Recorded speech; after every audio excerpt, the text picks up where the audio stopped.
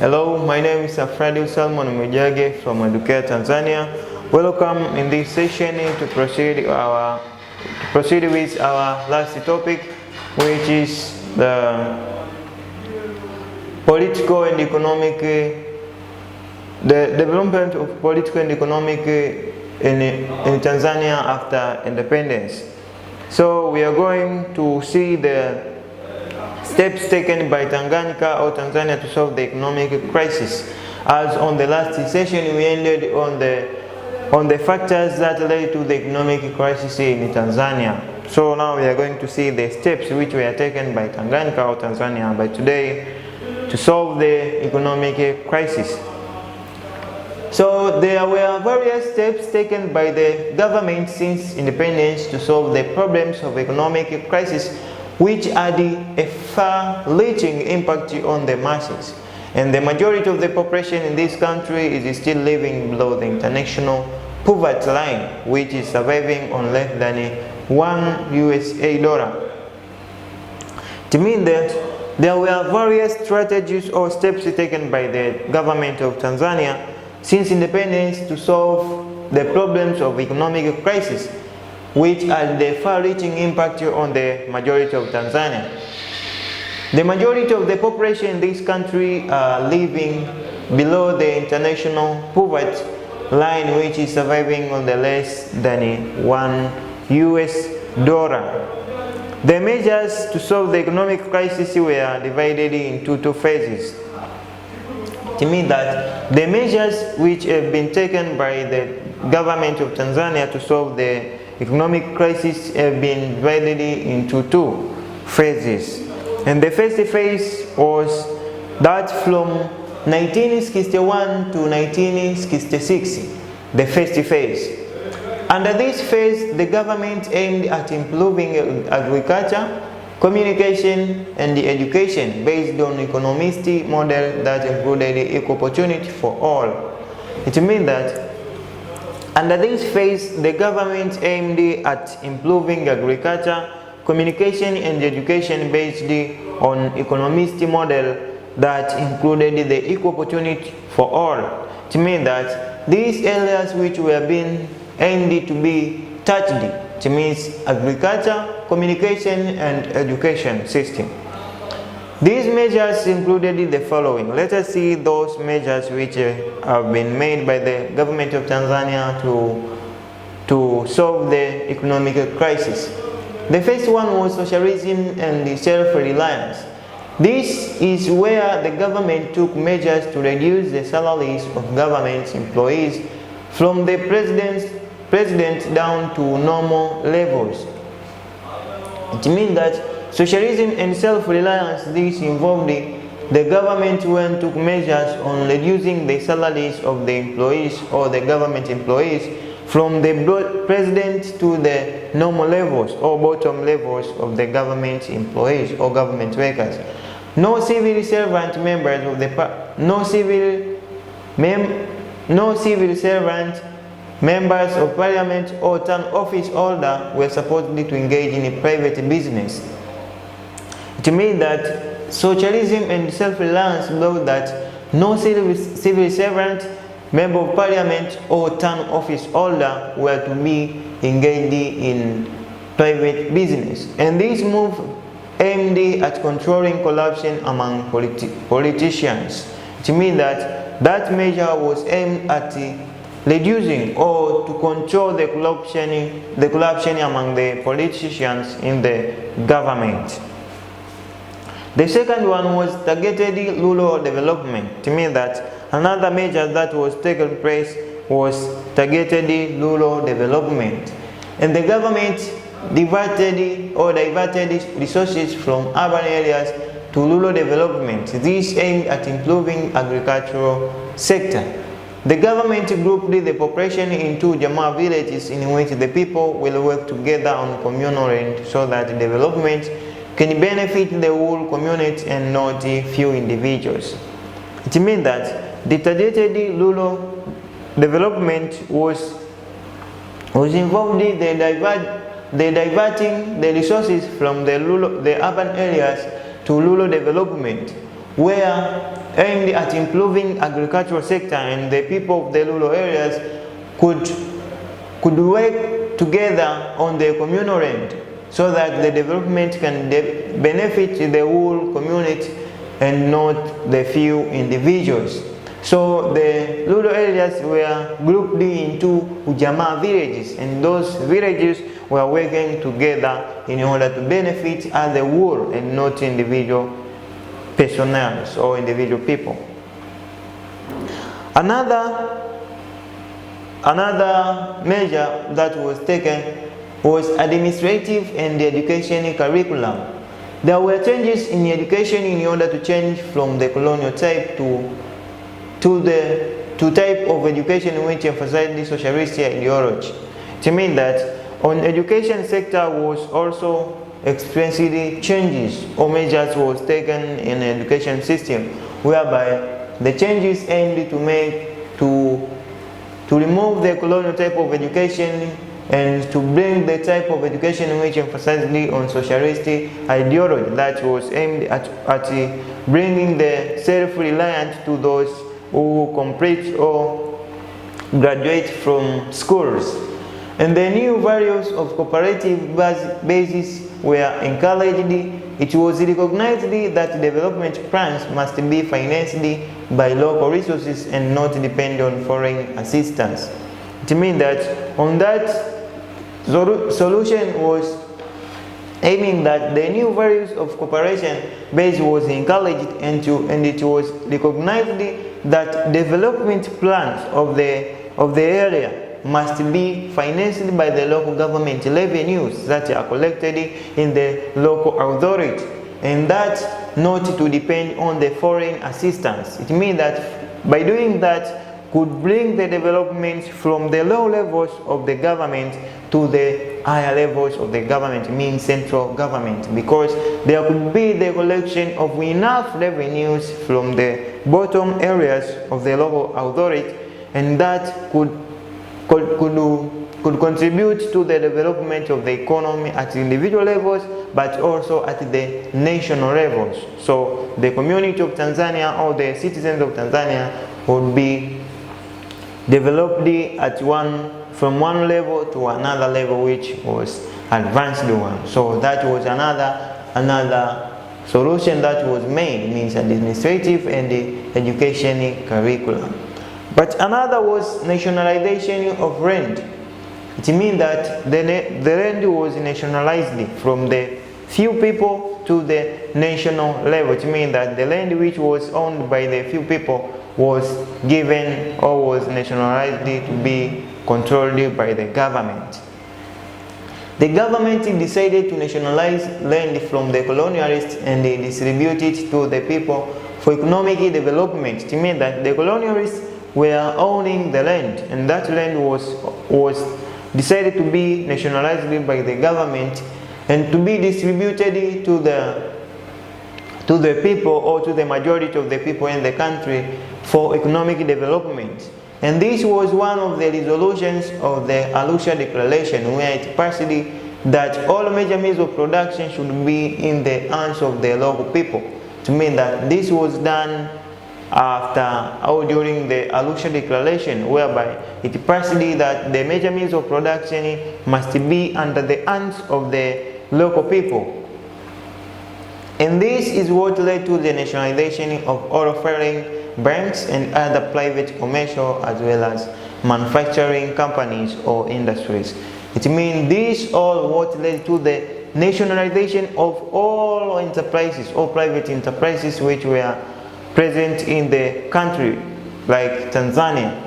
And those all foreign banks and private commercial as well as manufacturing companies were nationalized to be controlled under the government, and that could bring the all resources and benefits which are attained in those companies or enterprises must benefit the government and the local people. So this was another resolution that was taken by the government of Tanzania to tackle the economic crisis. But the another one, or the last one under the first phase, was removal of aid tax.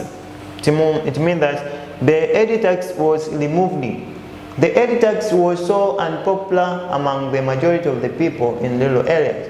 It increased rather than reduce poverty in the villages. The ED tax was inherited from colonialism. So another solution that was made was to remove the ED tax that was imposed by the colonialists in rural areas, and that was increasing the poverty among the people in the rural areas. So the government decided to remove that kind of tax in order to make the development among the people of rural areas. So let us see the second phase.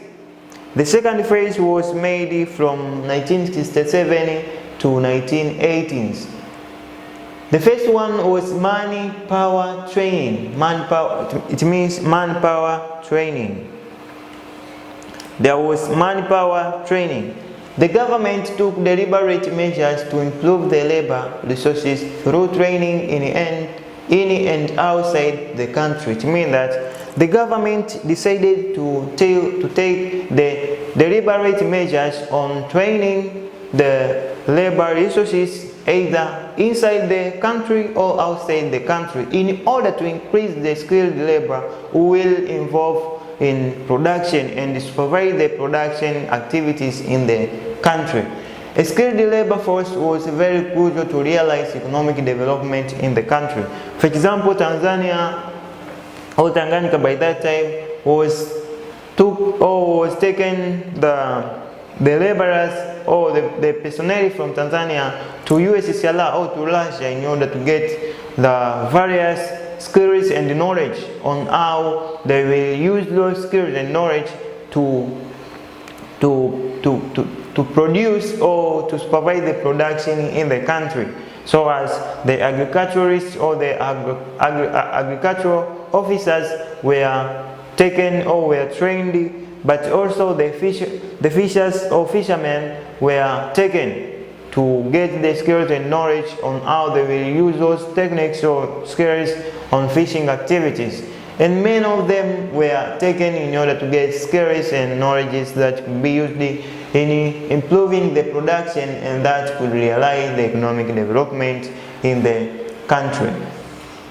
Another solution was development of infrastructure. It means that the government realized that the developing or improving the infrastructure will make the step or will bring the step towards the economic development.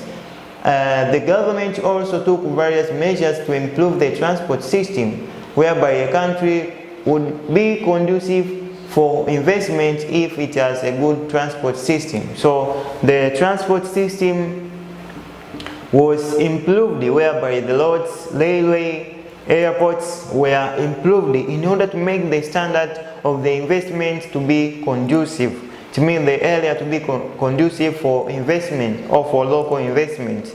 So you can see that if there is investment or good transport systems or good infrastructure like social services such as health services, water supply, electricity, the good housing, better housing, and roads, railway, airports, and many of them of infrastructure are being improved, the investment will be attracted because there will be good environment that will support that investment. For example, electricity is very important because it provides energy for any machines that will be operating in that investment.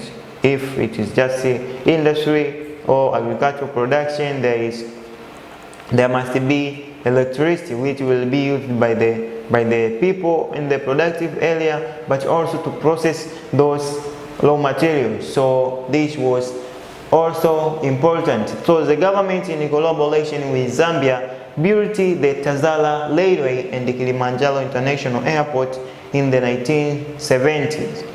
These measures also aimed at attracting foreign investment which would help to achieve development. So you can see that the government taken the measures to collaborate with Zambia to build Tazara, Tanzania Zambia Railway and Kilimanjaro International Airports in 1970. These all were aimed at attracting the investment, may be foreign investment or foreign investors and local investors, which would help to achieve the development in the country. But another was expansion of agriculture. The agricultural sector is the main sector of the economy that the government took deliberate measures to improve agricultural sector or agriculture. So various measures were made in ensuring that agricultural sector is improved and it will bring the positive impacts in the production to be increased. It introduced these slogans like Siasa na Kilimo in 1972 to train farmers better methods of farming. It means that in 1972, under Julius Kambarage Mwalimu Julius Nyerere, there was the introduction of slogan that was Siasa na Kilimo. There was another that was called Kilimo Kwanza. These all slogans were aimed at emphasizing and training farmers better methods of farming, which will increase the production in the agricultural sector, so as the economy of the country could be revamped or could be increased, as agriculture is the backbone of many African countries, including Tanzania. So that Tanzania made that attempt to solve the economic crisis. But another was establishment of parastatus bodies.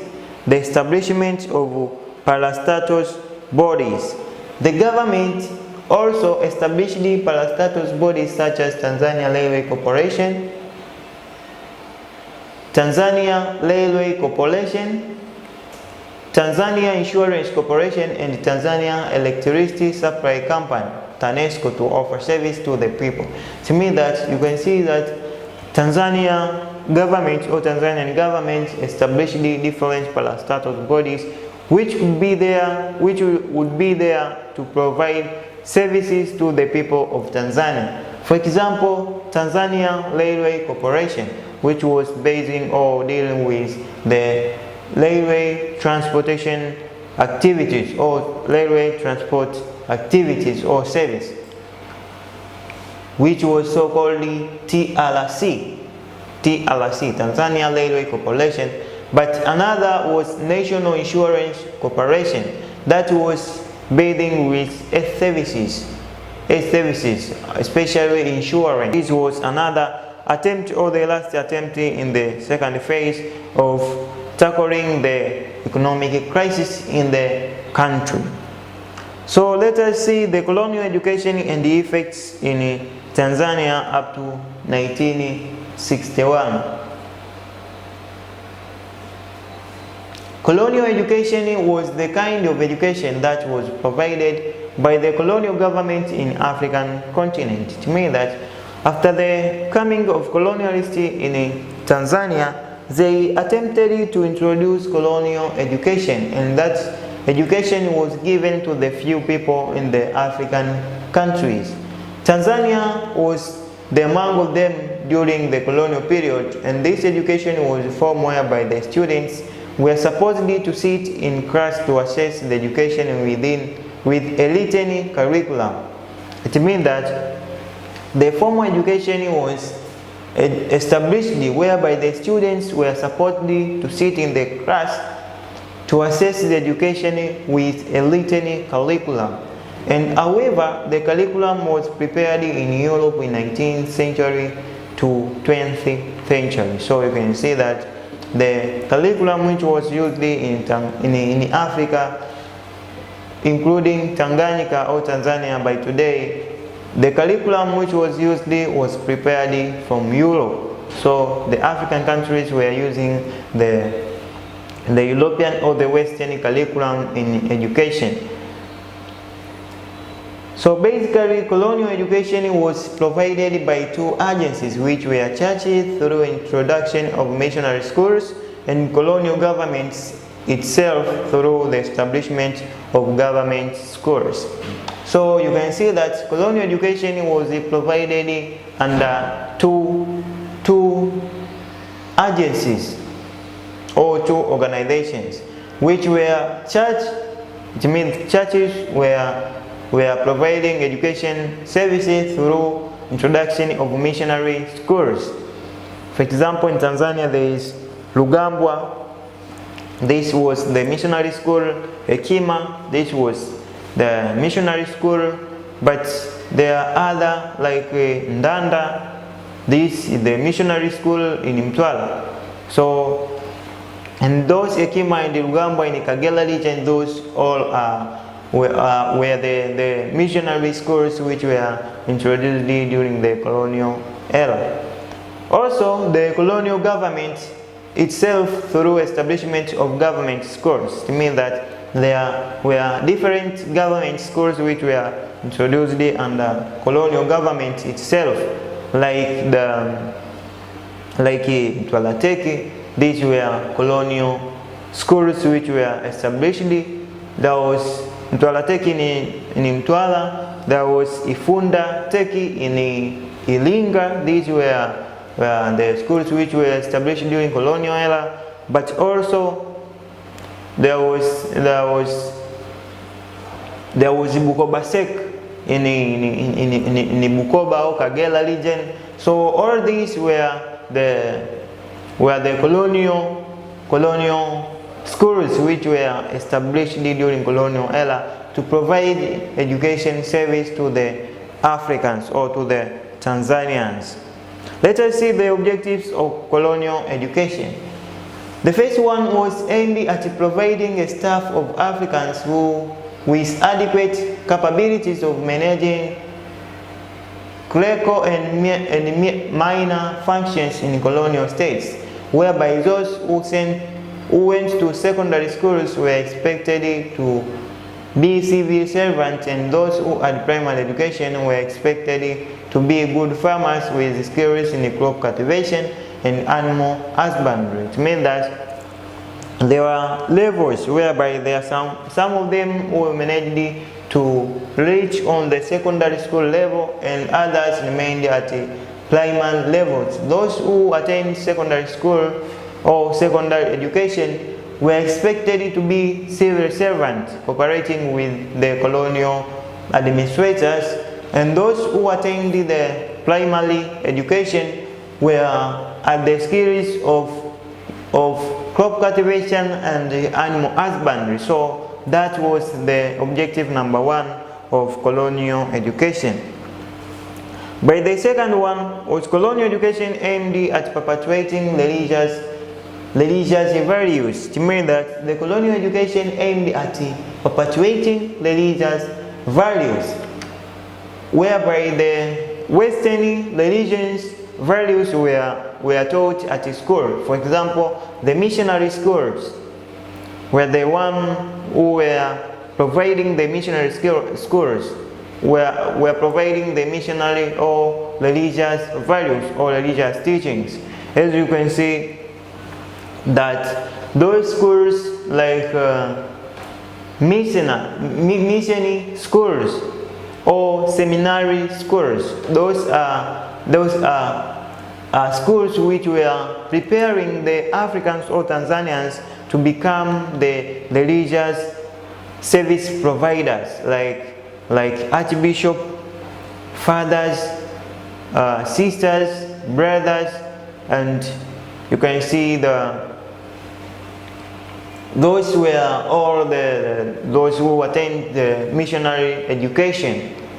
But another was aimed at perpetuating Western civilization or culture. To mean that the introduction of colonial education was to perpetuate or to spread the Western civilization or culture to the young people who attained the colonial education. But another, it was not designed to prepare young people for service of their own country. Instead, it was motivated by a desire to inculcate the values of their societies. To mean that the young people or those who attained the colonial education was not prepared, or were not, that education was not prepared the young people for the service of their country. Instead, to motivate by a desire to inculcate the values of their societies. So you can see the education which was provided to the young people was not relating with their environment, instead preparing the young people to be the assistants of the colonialists in production and supervising their fellow Africans. So that was the aim of colonial education. But another, it was not designed to prepare, this was number 4, we have already finished. The aim number 5, or objective number 5, was aimed at the supervision of colonial economy like agricultural production, so as to make Africa a market for European manufactured goods introduced in the colonies. It means that another objective of colonial education was to make Africa to be the supervisor of the colonial economy like in agricultural production, so as to make Africa to remain as the producer and market for the European manufactured goods in the colonies. But another was it aimed at the import of the official ideology of the colonizer, like learners were supposed to be obedient, well-disciplined and time-conscious, so as to fulfill the objective of the colonizers. It means that you can see the colonialists were so brave that they were preparing the Africans, or the young Africans, to be were teaching, or were aimed at to import or to impart the official ideology of the colonizers. Like learners were supposed to be obedient to the colonialists, well-disciplined and time-conscious, or time managers, in order to fulfill the interests of the colonizers. To mean the colonizers or the Europeans are going with time, but they need obedience in their activities in order to eliminate the resistance or the strikes toward them. So they emphasize on those official ideologies like obedience, discipline, and time conscious, or time management. But the last one, the another one was it aimed at the Africanization of African people, because learners of the colonial education were supposed to follow Western values and abandon African values. It means that the colonial education was aimed to de-Africanize the African people by abandoning their values and embracing or following the Western values. So this was another objective of colonial education. So you can see that the Africans were provided with the colonial education in order to abandon their values and the culture, values and norms of their country, and to follow or to embrace the Western values which could be under the control of the colonialists, and easier for Africans to be colonized by the Europeans or by the colonialists. By the last one, it aimed at spreading Christianity religion in African colonies. Africans who belonged to other religions such as the Islamic religion were supposed to follow Christianity in order to be admitted in seminars and government schools, or mission schools and government schools. It means that the colonial education that was provided to the African countries, it aimed at spreading the religion of Christian or Christianity religion to African colonies. And you can see, or you can witness, that when the Islamic followers when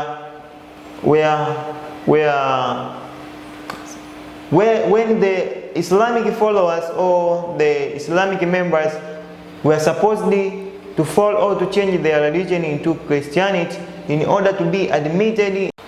So after looking the objectives of the colonial education in Tanzania or in Africa after the coming of colonialists, I would like to wind up there and give you the exercise which comprise the 2 questions. And the first one is assess the measures that were made by the Tanzanian government to solve the economic crisis since independence. And the second one is explain the goals of colonial education to Tanzania.